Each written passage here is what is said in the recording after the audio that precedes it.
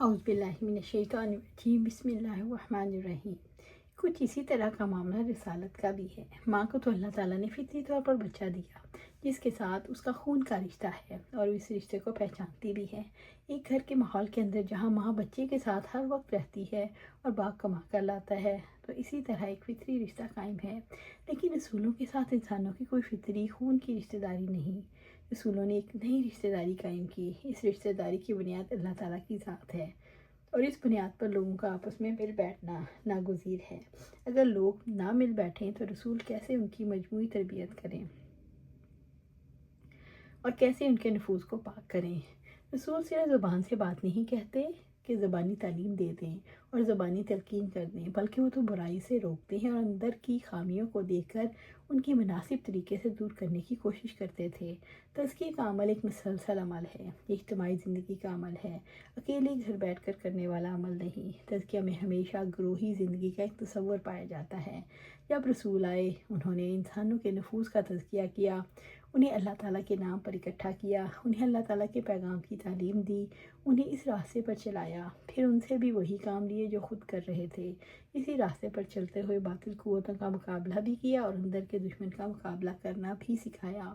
یہ بہت سے فرائض تھے جو سارے لوگ مل کر انجام دیتے تھے۔ اسی طرح سے قافلہ آگے بڑھتا رہا، درجہ بدرجہ جو غلطیاں ہوتی رہیں، ساتھ ساتھ ان کی اصلاح بھی ہوتی رہی۔ انبیاء علیہ السلام کا یہ کام تھا، ایسا گروہ وجود میں لے آئیں جس کی مدد سے تمام انسانوں پر اللہ تعالیٰ کے دین کو غالب کر دیں۔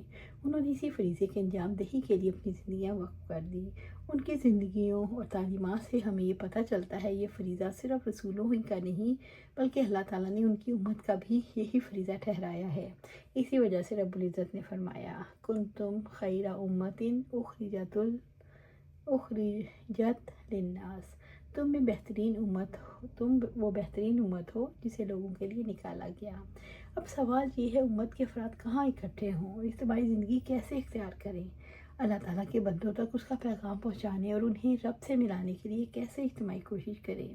اگر ہم ان سوالوں کا عملی جواب تلاش کرنا چاہیں تو ہمیں دیکھنا ہوگا کہ آپ صلی اللہ علیہ وسلم نے اس فریضے کو انجام دینے کے لیے مکہ میں کیا کیا۔ آپ صلی اللہ علیہ وسلم نے اس گروہ کو کبھی دارالارقم میں اکٹھا کیا، کبھی شعب ابی طالب میں۔ کیسا کٹھن مگر حسین دور تھا، اسی کا نام مشترکہ زندگی ہے۔ اللہ سبحانہ تعالیٰ سے دعا ہے ہمیں قرآن و سنت پر عمل کرنے کی توفیق دے، اس پر جمع دے اور جنت الفردوس کے اعلیٰ مقام پر ہمیں اپنے پاس گھر عطا فرمائے۔ آمین یا رب العالمین۔